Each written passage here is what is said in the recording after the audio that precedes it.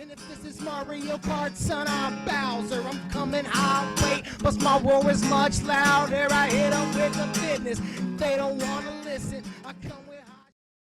What is up, my wizards? Dev back again from SBMTG. I got another deck tech for you today. This one with some Magic Origins cards. This is white mid-range, just mono white mid-range, and I actually think this deck is really powerful. We're using more than a few cards from Magic Origins for this.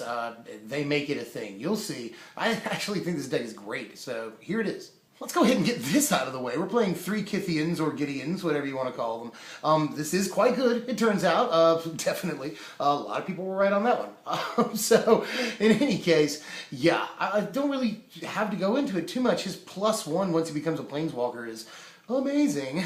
And he flips fairly easily in this thing where we're playing an awful lot of creatures, so don't have to worry, you don't have to sweat flipping him too much. That's easy. And him becoming a 4/4 is pretty relevant too, so everything he does is good, and mostly tapping down an attacker with his first ability, that's pretty good, so that we can swing in, you know, without blockers more easily. So everything he does is fairly relevant. I do like Gideon, turns out. We're playing 4 copies of Soldier of the Pantheon because we need another good white, 2-power 1-drop. I briefly considered, or really actually considered, Dragon Hunter for this slot instead. All depends on how many dragons are in your local meta, more or less. But we are seeing a lot of those, and I could see Dragon Hunter in the main or even in the sideboard against certain matchups because you need protection against big flyers, especially Ojutai. That's a thing for us, but I went with Soldier because it gains this incremental advantage off of a lot of things we're seeing in the format right now, right? And it even blocks some of the things we're seeing. It doesn't really block Siege Rhino favorably. You still take, 3 trample damage. But in any case, I feel like this is just barely the best, 2-power 1-drop besides Kithian, obviously, that we can play. And it's also important to point this out. Playing more 1-drops means that we can flip Gideon on the 3rd turn quicker. So there's that. We're playing 4 Knight of the White Orchid. This is just a really good card. On the draw, this is cool. You can, before you play your land for the turn, you play Knight of the White Orchid. You, assuming they've gotten their drops so far, you can go get a plains, put it into play, and then play your plains for the turn, which is effectively ramp and allows you to play another 2-drop on your 3rd turn. So that's pretty good. Or you can hold back mana for spells, whatever, play another 1-drop and also hold for God's willing. There's plenty of stuff you can do with that, and this is just another way that we can help Gideon swing faster for flip, and we can gain initiative. The deck really wants to gain initiative, because if it loses initiative early, it's going to be in a little bit of trouble, although its mid-range is very good. But in any case, Knight of the White Orchid is still very, very good, and there's lots of things we can do with it in this format. 3 copies of Ana Fenza. Ana is really good for this deck. We're playing 28 creatures in total. So, we're going to get a lot of incremental advantage, again, off of Ana Fenza. We really like our mid-range, and by the time we reach turn 5 or 6, we can get an extra 3 or 4 power off of Ana, and really, really, really helps us out. So, I really wasn't sure about Ana to begin with, but in testing, she has been ridiculous. Just a very, very solid creature for this. So I recommend playing her, definitely. See what you think. She's really, really good in this. We're playing 3 copies of Hidden Dragon Slayer so that we can play creatures and removal at the same time. We see a lot of decks that just play huge guys right now. That's a big part of the format. So, and again, we have to have defense against big flyers, and this is definitely that. Although, of course, it doesn't target, Jutai when he's untapped. Doesn't target Silumgar the Drifting Death, but still takes care of some things, Thunderbreak Region. Doesn't take care of Storm Breath. This deck has a very serious problem with Stormbreath Dragon, so there's that to consider. But this deck will probably get better in October. We'll see. But definitely, for now, rant over. Let's play Hidden Dragon Slayer, long story short. 3 copies of Brimaz, the king, baby. Brimaz is just as good as you remember. We still play Brimaz from time to time, but he's nowhere near as popular as he was. But still a fantastic creature. Helps us gain initiative and board position, helps Kithian swing with more than one guy. There's plenty of stuff that Brimaz does. We've been playing him for 2 years now. I don't have to go too much into it, but Brimaz is obviously the creature we want to play in the 3 slot more than anything else. We are playing 3 copies of Kithian's Irregulars in this here. Kithian's Irregulars is really, really good, it turns out. We do have more stuff that we want to do higher up in the curve than Kythians or regulars, which can hurt it. You know, do I use its abilities or do I play, you know, a bigger creature? Which we've only got a couple of, but it is a consideration from time to time. The deck is also fairly mana hungry on the board, like you want to flip up Hidden Dragon Slayer. There's a couple things you want to do. That tap a creature for white is fantastic, especially since this is around the same time that if you're playing the deck the way it wants to be played, or you know, can be played, then you'll also be flipping Kythian around this time. So you'll be able to tap down a blocker essentially with Gideon's +1 or +2 actually, and also be able to tap down blockers with this. So it just becomes a storm of you can't block any of my really good guys at this point. We're playing 2 copies of Angel of Tithes here. I could see this being a one-of in the main deck possibly, or even none. I mean, it's a really good sideboard card, I think. But against other aggro strategies, which we will see more of, Elves is looking really good, and Pile Driver got spoiled, so Goblins is going to be a thing. Definitely. So against other aggro strategies, Angel of Tithes is actually really good. So I went ahead and included 2 of, because I think we'll see even more aggro strategies when this deck comes out, when Magic Origins comes out. So I do really like it, but I couldn't fault you for playing the 1. But so far it's been really good. It just has the same problems as everything else, especially Stormbreath Dragon. And Ojutai dies in combat to Ojutai, so there's that problem too. But that ability is crazy, especially against other aggro. 2 copies of Wingmate Rock in this deck. I think we definitely want to play this. We want evasive creatures, again with the board position and the initiative, especially the board position. 2 flyers is no joke. So, you know, I don't see any reason not to play this at the top of the curve here. And we do even have 1 more creature above this in the curve, but just 1, and I think it's really important to play it.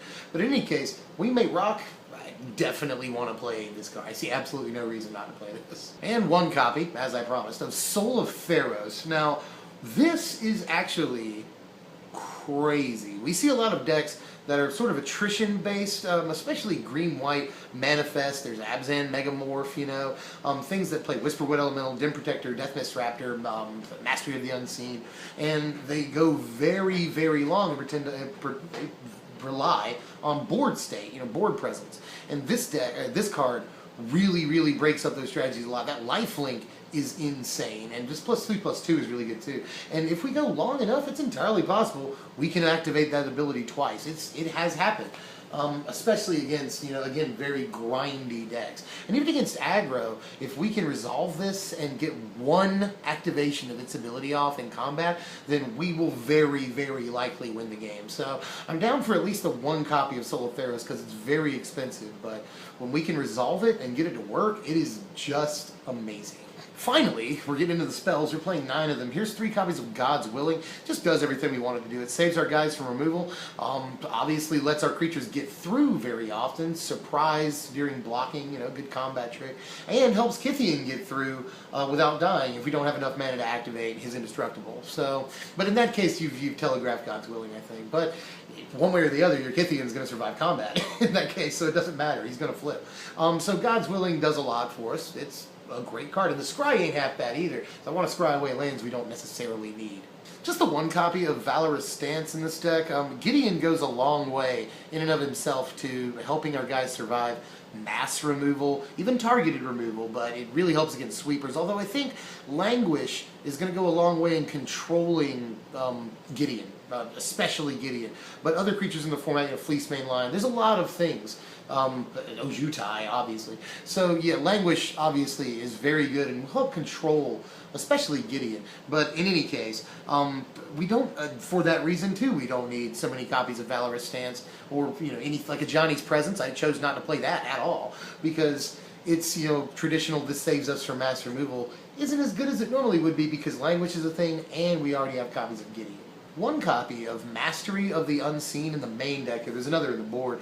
But Mastery, again, against attrition decks, and sometimes against control because they can't counter Manifest. That's a thing. And we can gain a lot of life off of this, helping us out against aggro and other mid-range strategies and other attrition decks. So this does a lot for us when we can play it, and we don't have to worry about manifesting spells very often. Again, we're playing 28 creatures, so really pretty good. 2 copies of Spear of Heliod in this deck. I also considered Paragon of New Dawns, but I just didn't know if it was quite powerful enough, and it's really, really removable, so that's bad. Spear of Heliod, though, functions as yet another form of removal, which is kind of cool, and gives our creatures the bonus, which is what we really, really want. I don't want to play too many, though, because I don't want them to end up dead in my hand, but I do want to at least play a couple copies, because it serves dual purposes for us here, and, you know, it's Spear of Heliod. And to finish off the main deck, creatures and spells here, got 2 copies of Banishing Light in this main board here. Yeah, Banishing Light just clears, you know, important threats for them, helps, you know, take away initiative so that we can gain it back. That's good. Although this usually does cost a turn early game, but it gets rid of very, very important things that we can't deal with some of the time. So I think it's, you know, I started out with 1 copy of Banishing Light, but I wanted just 1 more removal element, and I figured that this was pretty good. But something else I considered was Devouring Light in this deck. I really think that card could work. Let me know how you feel about that, because Devouring Light might be better than Banishing Light, but we are seeing, you know, Perilous Vault is a thing, and also a lot of Planeswalkers are important right now. So I think that Banishing Light might be slightly better than Devouring Light, but Devouring Light does surprise Killer Jutai, which we don't have much defense against. So, rant over. For the lands, let's just play 20 plains and 3 fetch lands. I guess Windswept Heath, yeah, let's do that. So, yeah, that's all we need to do is play 23 lands. I don't really see it being too much more complex than this. You know, I thought about 24, but I went with 23. We still get all the drops we need for the most part. Plus, we're playing Knight of the White Orchid, which helps us a lot. Let's toss up the sideboard real quick. The sideboard is pretty open. There's a lot of stuff in there that, you know, just didn't make the cut for the main deck. You see a few things. Heliod didn't make the cut. There's another Soul of Theros. I really did like Vryn Wingmare. That's probably the one thing I want to talk about here. Vryn Wingmare, I wanted to play spells a little too much. And one could still make an argument for Wingmare here in the main, because we're only playing the 9 spells, and it wouldn't be terribly inefficient for us to play Wingmare and still pay for the spells that God's Willing is 2. Oh my god. So, I can understand Wingmare in the main deck, and I was really excited about this card, but I think especially against control decks, if you can get this to stick, this will be very, very good. But let me know what you think. Should this be in the main deck? I'm going to very quickly here talk about some cards I wanted to play and then didn't end up playing. First of all, I wanted to play Relic Hunter into Godsend. I thought this would be really good, but overall, I just didn't really find the space for it. This is something I really want you to let me know if you think should have been in the deck or not. I just, in the end, didn't feel like it was quite good enough, although Godsend looks bonkers to me, so maybe I should have done that. I wanted to play Master of Pearls. I thought that would be pretty cute, but in the end it just boiled down to being cute, and I didn't know if that was good enough. I wanted to play, like I said, Paragon of New Dawns, and I wanted to play Heliod in the main deck, but didn't end up doing that. And finally, this is interesting, and I think this deck might end up doing this, but I wanted to play a 4 of Dramoka's Command in this deck and just splash green, you know? That'd probably be the only green card in the deck, but I did want to play Dramoka's Command. I think that would be really, really good in this. Let me know what you think about that. But in any case, I think it's probably time I can go ahead and throw up the power rankings here, which are slightly above average in most categories, but not insane in any category, which is pretty much what white does. It's a very good support color. It's very, you know, just a little above average, but never outstanding.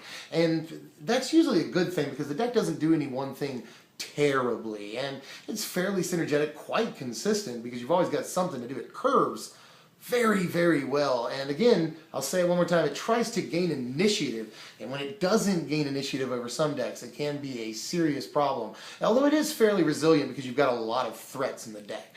So, I think that's all I got for now. Let me know how you feel about this one. I think that mono white could be an actual thing when Origins comes out, and we've only got half the set spoiled, so there's plenty of other stuff that could just be waiting to be spoiled and be in this. So let me know how you feel about it. I'm pretty excited. I think that just with what we've already seen so far, God knows what we're going to see, this is a viable deck right now in this format. So I like it. It does have some problems, mainly with Stormbreath and Ojutai.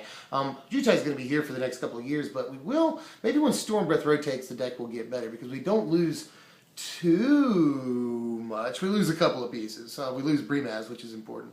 But in any case, again, let me know what you think about this one. As always, like, share, comment, subscribe. Just let me know what you'd like to see. I think we're going to make Soulfire Grandmaster here. I'm going to bring that to you soon. So, red-white Soulfire Grandmaster. So, be on the lookout for that. But in any case, I'm Dev from SBMTG, and I will see you fools later. Thanks for watching, my wizards.